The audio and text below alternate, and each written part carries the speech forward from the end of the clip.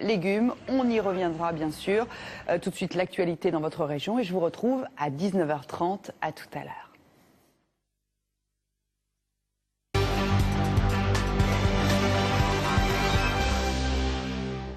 Bonsoir à tous, bienvenue sur France 3 Sud-Aquitaine. Alerte orange dans les Pyrénées-Atlantiques, de violents orages pourraient éclater cette nuit. Dans ce journal également, le concours scolaire de la résistance et de la déportation. Les lauréats 2011 étaient récompensés aujourd'hui à Pau. Et puis la fête à Lourdes-Gossichères. Les bergers ont accompagné leurs brebis en estive ce week-end. Mais tout de suite, je vous le disais à l'instant, le point sur la situation météo avec Olivier Prax et Catherine Pipard. Il y a tout juste une semaine, ce quartier était inondé. Ici, dans la plaine de Naï, les orages sont souvent violents. Ce riverain a à peine fini le nettoyage qu'il faut déjà se préparer à un nouveau déluge. L'eau a ruisselé et puis a éventré les évacuations d'eau. La route était défoncée. Puis il y a eu 4 maisons qui ont été inondées, 10 cm d'eau. Au centre Météo France de Pau-Usain, les prévisionnistes suivent en temps réel la dépression qui remonte du Portugal. Vers 22 h, elle devrait rencontrer une autre dépression, elle, venue du nord. Lorsque la dépression va se déplacer, on va avoir un flux de nord-ouest qui va s'établir, qui va venir bloquer les nuages contre les Pyrénées et qui va donner donc une quantité de précipitations suffisamment importante pour qu'on pense qu'il puisse y avoir localement des inondations. C'est la raison de la vigilance orange. Le Pays Basque devrait être plus touché que le reste du département, avec 80 mm d'eau attendue dans la nuit. La Nive et la Nivelle pourraient même sortir de leur lit. On voit en vert les zones sur lesquelles on aura le maximum de précipitations. Et à l'heure où je vous parle, la zone la plus concernée concerne la vallée des Aldudes et le nord de cette vallée, c'est-à-dire au nord de Saint-Étienne-de-Baïgory, en remontant vers Bidache, par exemple, et Hurtes. Les averses les plus fortes sont attendues dans la nuit, entre minuit et 8 h du matin. La vigilance orange court jusqu'à demain matin, 10 h. Un enfant de 14 ans a disparu à Pau. Alexandre Junca n'a pas donné signe de vie depuis samedi dans la nuit. Il devait rejoindre le domicile de son père près de la place de la République après s'être rendu dans le quartier Saragosse. Une enquête est ouverte. Si vous disposez d'informations pouvant aider la police, vous pouvez contacter le numéro qui s'inscrit sur votre écran. En visite à Biarritz, Nathalie Kosciusko-Morizet, la ministre de l'écologie, a précisé les raisons de la non-réintroduction d'une ours cette année en Béarn. Décision prise la semaine dernière. L'objectif qu'on a, il est bien de garder une population viable d'ours dans les Pyrénées. C'est un objectif international. C'est quelque chose sur lequel on est engagé. On ne peut pas, vous comprenez, faire des leçons à l'étranger en disant aux gens il faut que vous gardiez vos éléphants d'Afrique, si nous, on ne fait pas le travail chez nous. La semaine prochaine, la ministre sera présente à Pau pour les Assises nationales de la biodiversité. Il y a fort à parier que l'on reparlera de ce dossier de l'ours. Une centaine de personnes ont manifesté dans le vallon de Sceaux, dans les Hautes-Pyrénées, pour protester contre un projet d'aménagement d'un domaine skiable. Pour attirer la clientèle espagnole, la station de Pion-en-Galy veut en effet aménager ses pistes et ses remontées mécaniques. Les associations de protection de l'environnement protestent. Régis Cotias, Dominique Cantrel. Drôle d'endroit pour une manifestation. 1800 mètres d'altitude au pied du vallon de Sceaux. Les défenseurs de l'environnement se retrouvent pour dénoncer le projet d'aménagement d'un domaine skiable. Les randonneurs manifestants veulent conserver intactes ces pentes et refusent la construction de parking-pistes ou de remontées mécaniques.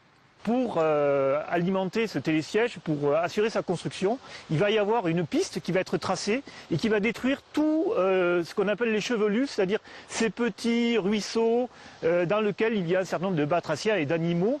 Malgré la pluie, les opposants à ce vaste aménagement rejoignent d'autres manifestants venus eux, du vallon de la Géla, autre secteur concerné par ce projet. Les opposants parlent de saccage, de menaces sur l'habitat d'espèces protégées comme le gypaète barbu ou des plantes d'altitude. Bref, un refus catégorique de voir cette montagne, selon eux, défigurée. Des capitaux espagnols doivent financer ce projet. Les récents changements de majorité en Aragon comme dans le département des Hautes-Pyrénées pourraient aussi changer la donne, avec des collectivités moins engagées dans la réalisation de ces aménagements. 6 juin 1944, les troupes alliées débarquent sur les plages de Normandie. Depuis 4 ans, la France vit sous le joug de l'Allemagne nazie. Ces hommes vont se battre pour libérer le pays. Ce matin à Pau, le comité départemental du concours scolaire de la résistance et de la déportation récompensait les lauréats de l'année 2011. C'est pas des leçons de l'histoire qu'ils retiennent, mais c'est un peu, si vous voulez, ils se remettent, c'est difficile pour eux et je le comprends, mais ils essayent de se remettre dans le contexte de l'époque où des jeunes de leur âge, souvent, ou à peine un peu plus âgés, finalement, ont été confrontés à ces heures sombres, aux terribles épreuves que la France a pu connaître. Une trentaine de collégiens et lycéens venus de tout le département ont été récompensés.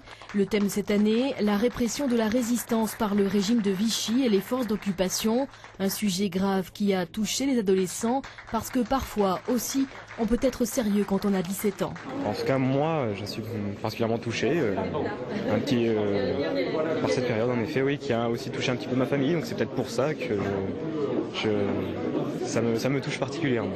Dans la famille, on peut avoir des grands-parents ou des arrière-grands-parents qui sont encore là pour nous en parler. Donc non, c'est pas loin, c'est encore aujourd'hui. Encore aujourd'hui, il y a des répercussions. André Billot était lycéen lui aussi lorsqu'en 1940 il a traversé la France à vélo et s'est embarqué à Saint-Jean-de-Luz pour rejoindre le général de Gaulle. Pour lui, ce concours représente beaucoup. Pour les jeunes, c'est très très bien. Il ne faut pas oublier leur montrer ce que c'est que la liberté, ça n'a pas de prix. On s'est battu pour ça, nous, pour libérer notre pays. Le concours scolaire de la résistance a été créé il y a tout juste 50 ans. Plus qu'une simple épreuve d'histoire, un hommage à tous ceux qui se sont battus durant la Seconde Guerre. 2 pénaltys pour la Béarnaise Alexandra Lacrabert avec le numéro 64. Les handballeuses françaises se sont imposées hier soir 28-19 contre la Slovénie au Palais des Sports de Pau. 4200 personnes ont assisté à cette victoire.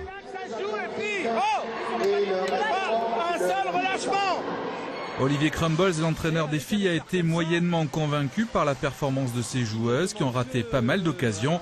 Il n'empêche Pau à une nouvelle fois porter chance aux handballeuses avec un public qui a bien soutenu l'équipe de France. L'objectif est donc maintenant de s'imposer ou de ne pas perdre de plus de 9 points lors du match retour en Slovénie. L'enjeu est simple, obtenir une place pour les mondiaux qui ont lieu au mois de décembre. Elle résonne dans la vallée comme un appel. Ces cloches annoncent la transhumance. Un éternel recommencement que Jean Blaye vit depuis plus de 60 ans. Pour ce berger infatigable de 78 ans, la montée aux estives représente toujours un moment particulier. Durant 3 mois, il va vivre avec ses 150 brebis à plus de 1000 mètres d'altitude. Ça se passe toujours bien, parce que je ne suis pas des nouveau-nés, j'ai fait la guerre, j'ai fait des campagnes de toutes sortes et ça a toujours tourné bien. Il faut premièrement le moral et la forme. J'ai des collègues qui ont mon âge et qui sont un peu malades, mais pas bien. Et je vais être supérieur à eux. Pour veiller sur ses brebis, Jean Blaye pourra compter sur l'aide de son neveu. Berger lui aussi, il attendait cette montée aux estives avec impatience. Et ça représente une étape du travail du berger, qui est donc l'été de profiter de l'estive pour pouvoir profiter du package là-haut. Et en même temps, on en profite donc l'été pour faire des stocks de fourrage, pour passer l'hiver. Traite quotidienne des brebis, fabrication du fromage, le travail ne manquera pas en estive. Depuis 15 ans à Lourdes-Sichère, on fête cet événement très attendu en Vallée d'Aspe. Ça fait 6 mois qu'on y pense à ce moment. Et nous, et je pense les brebis aussi, parce que là, elles perdent le lait, elles belles, ça se voit qu'elles savent que c'est le moment. Et dès qu'on met quelques cloches, elles savent que c'est le jour. Une tradition pour les bergers et une attraction pour les curieux, visiblement admiratifs. Nous avons un concours mondial. Ils sont magnifiques ces brebis et voilà, ils inspirent tout de suite à les prendre en photo et ça donne envie tout de suite d'aller avec eux, vivre là-haut. Un rêve pour certains touristes, une réalité pour les bergers de la vallée qui ne redescendront leurs troupeaux qu'au mois de septembre. C'est la fin de ce journal. Merci de votre fidélité. Tout de suite, la météo locale et votre édition régionale. N'oubliez pas, tous ces reportages sont disponibles sur france3.fr. Très bonne soirée et à demain. Qu'il neige ou que le soleil brille, la météo sur France 3 avec la mutuelle Oréade. soir, après une soirée et une nuit agitée, le temps restera médiocre demain sur le Béarn et la Soule, avec des pluies encore localement orageuses et soutenues en matinée.